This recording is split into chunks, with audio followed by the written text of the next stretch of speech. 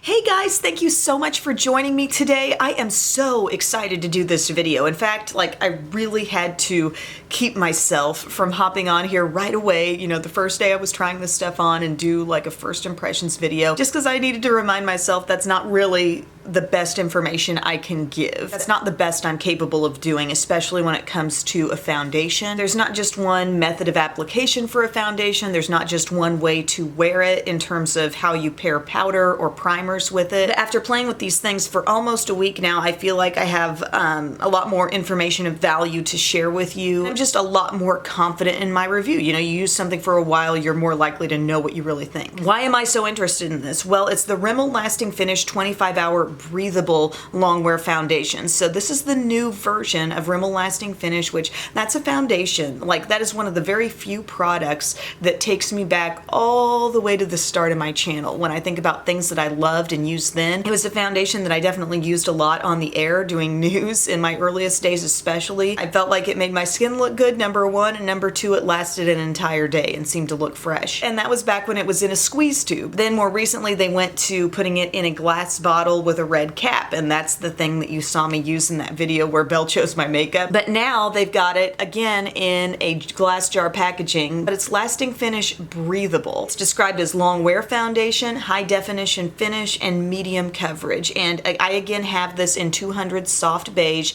This comes in 16 shades, and from what I remember, at least from what I saw displayed in my Walmart store, where they had the old Rimmel Lasting Finish, this seems to be an expanded shade range. Granted, 16 shades isn't going to cover everybody necessarily perfectly, but from what I remember, just seeing it in the display from the last time, this is more. But it says it perfects your skin with medium buildable coverage and has breathable skin technology that doesn't clog pores, moisturizes for up to 25 hours. Now I'm going to get into the foundation more in a second as I apply it, but I forgot we have a primer here. We have the Lasting Finish Breathable Primer. It says plus 8 hours makeup wear. So reading on the back, I guess what they mean by that is that it extends your foundation wear by up to 8 hours while letting your skin breathe. They say it's ultra lightweight. This was just one of several in the lineup of Rimmel primers. I have loved their Fix and Perfect primer, and I thought I haven't tried that in a while. I haven't tried a Rimmel primer in a while, period. So I have this. This is a white looking primer,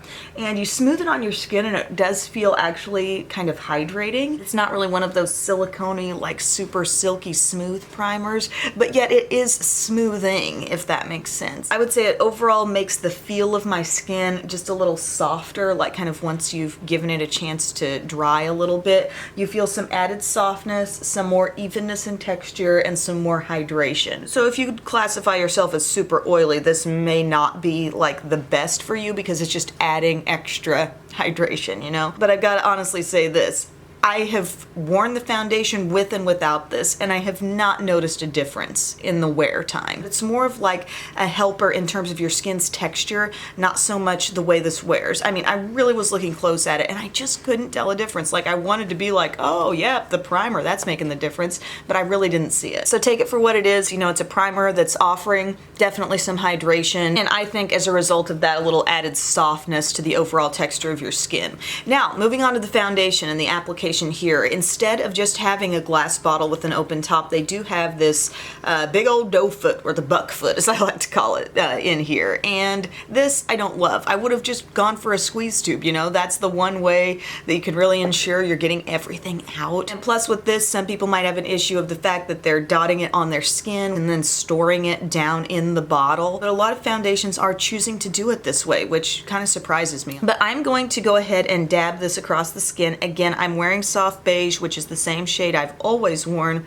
since way back in the day, and it is, I think, a good shade match while being just a little bit on the yellow side, which I kind of don't mind because especially early morning hours when I wake up, I can see that bit of redness in my skin, and this is just yellowy enough to, I think, really effectively reverse that. But the texture of this reminds me a lot of the old Rimmel Lasting Finish. Also the scent of it, not that it had a super strong scent before, but I would say it had an identifiable scent before, and it still has that same scent.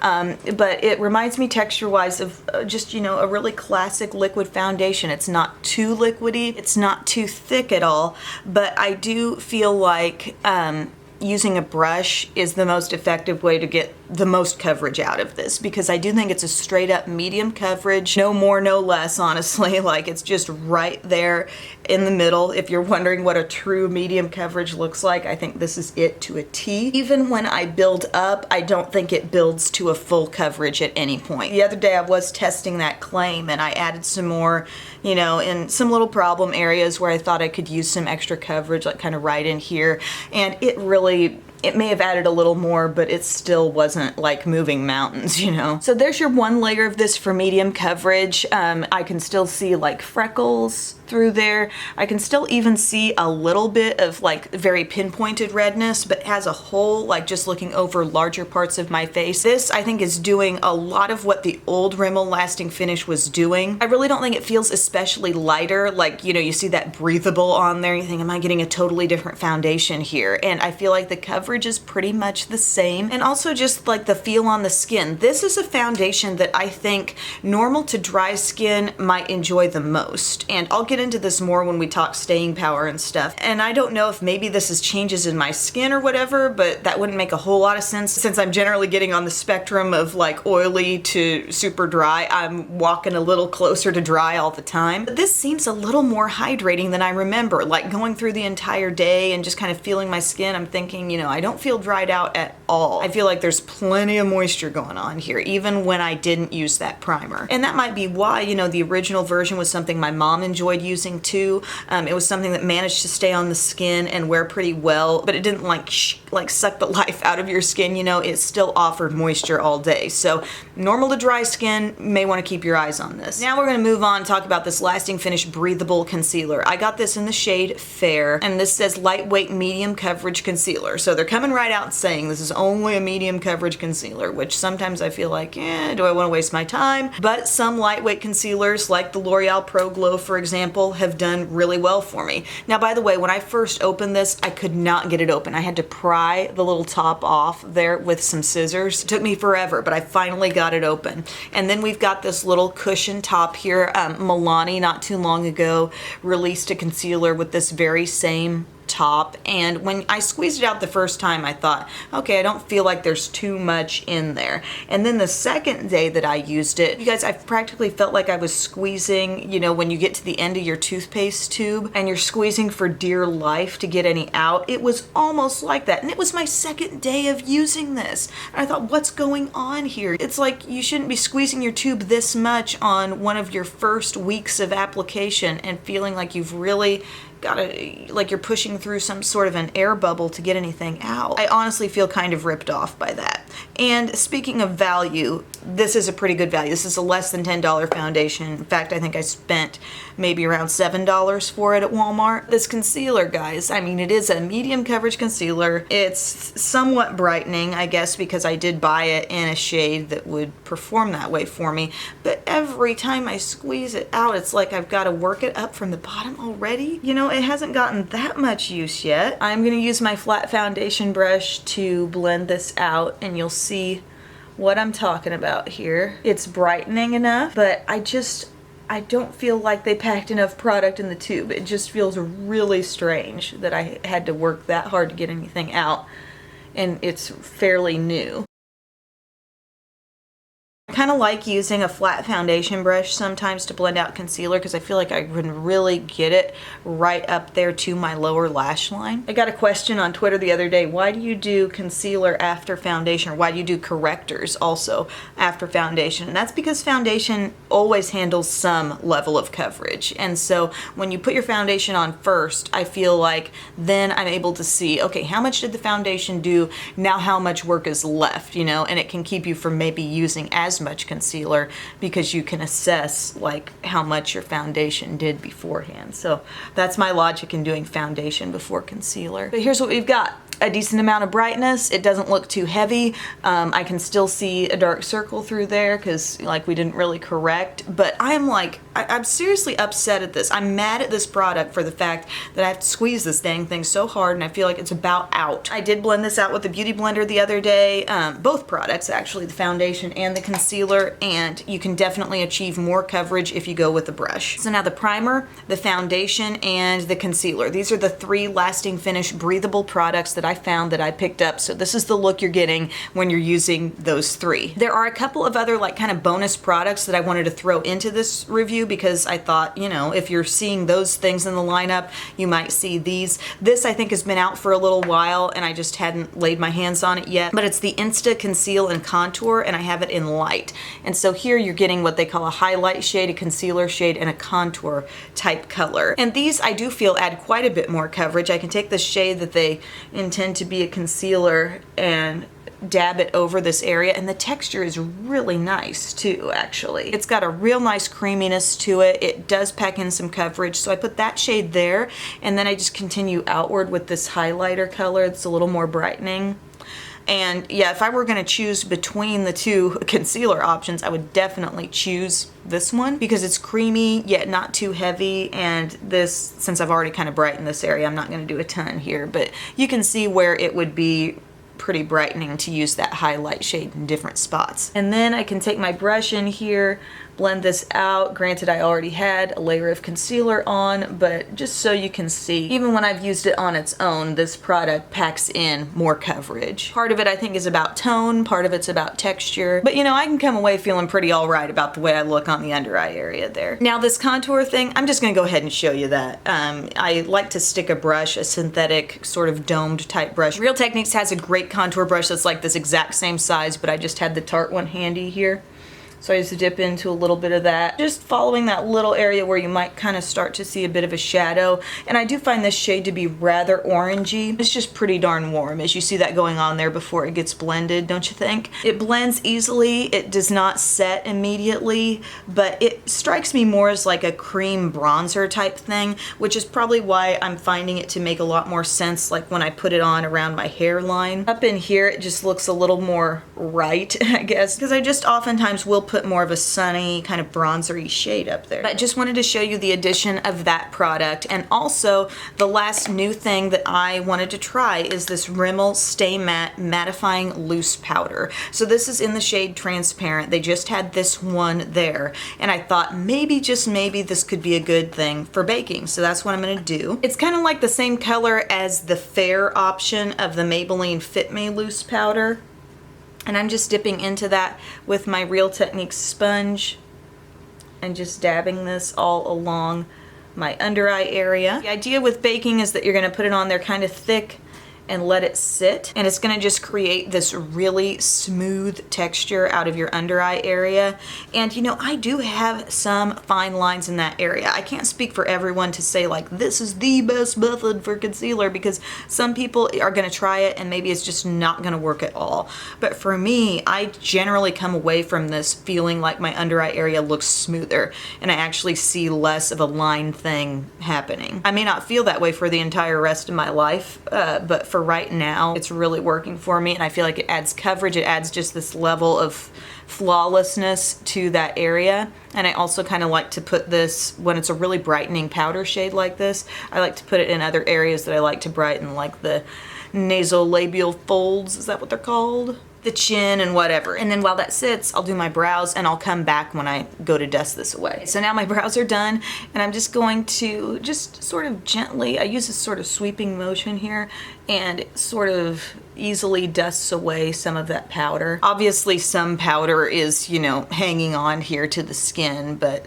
there's some of the excess that can kind of be blown away here. Now, considering the fact that if I really wanted the best coverage on my under eye area and to really cover the circles best, I would have used a corrector, but I'm trying to show you these products and these products alone. I do feel like that powder added a little bit of evenness, and it definitely made the texture super nice and smooth. And here's the thing, on the days that I used this powder or did not use this powder, I noticed a huge difference in the staying power. So there were times where I only baked and then I wanted to assess, you know, how did the foundation do all over my skin. And I wouldn't say it's that the foundation disappeared or anything, because there really wasn't like an absence of foundation on my skin, but I was noticing more shine and just a little more like look of dewiness, if you will, when I didn't have this all over my face. And even when I do put this all over, it's not like I'm a flat matte as a pancake, or no, it's flat as a pancake, not matte as a pancake.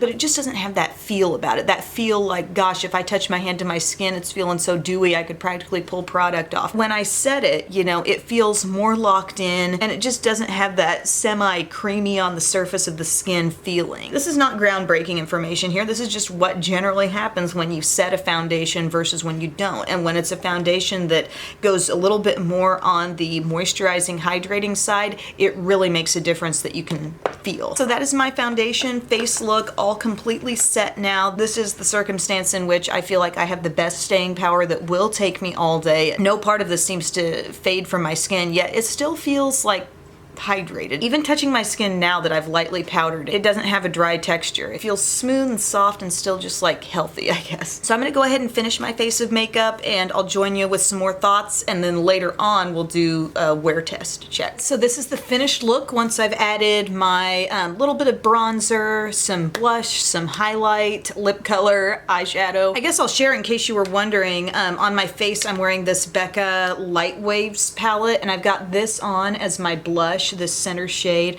Some of this is my highlight, and a little bit of this color too in a few places, but I love that palette. I am experimenting with a bunch of different palettes from Shop Hush, that website that's doing all like the dupe palettes and just really affordable stuff. And I got this Metals palette, and I don't know that this is necessarily like a dupe for anything. It just looked interesting to me. So I've got that on my eyes, some of the rusty shades and a few of the plums as well. And then on my lips, I'm wearing this Lancome Gloss number 272. It's kind of a warm, like rosy shade with a little bit of shimmer in it. Some of these shimmery glosses are like changing my life. But yeah, overall thoughts on the Rimmel stuff. I'm not finding this foundation to be really all that different from the original. It seems to be that kind of foundation that is going to wear a decently long time, like it gets me through an entire day, still feeling like it holds up, but yet it doesn't feel mask-like on my skin because I think it is a little bit hydrating. And I think this can contribute to the hydration, the primer, but I don't think it's a must-have. It's a nice enough primer, but I don't feel like this really tips the scales in terms of making it wear an extra 8 hours, like it's gonna do that. I question that. The concealer I'm just mad at. Like I was really having to work hard to squeeze product out of it on the second day I used it. I feel like this is a tube packed full of air, honestly, and I think they need to do better. The product itself, like it's not too thick,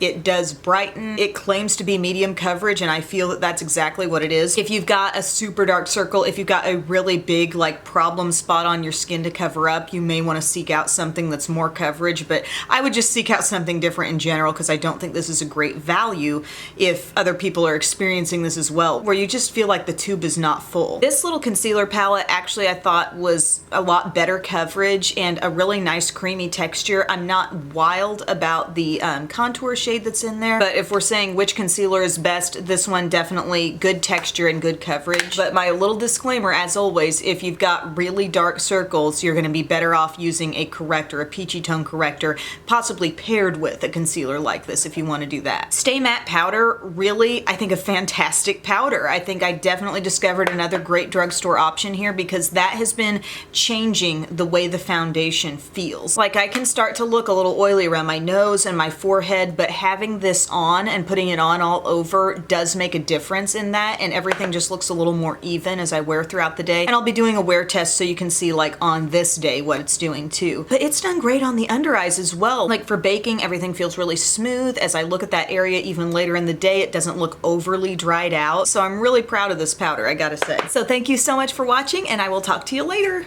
Bye. This is no touch-ups after almost 8 hours.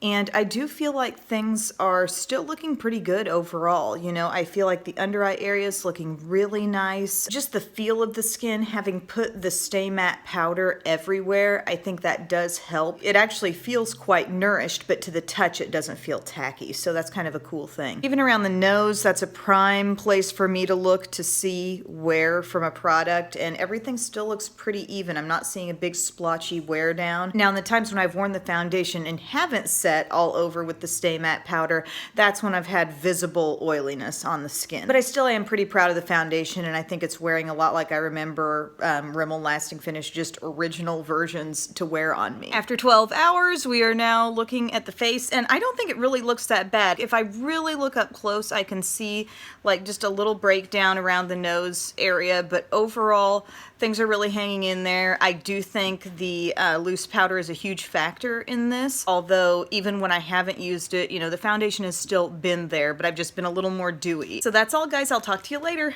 Bye.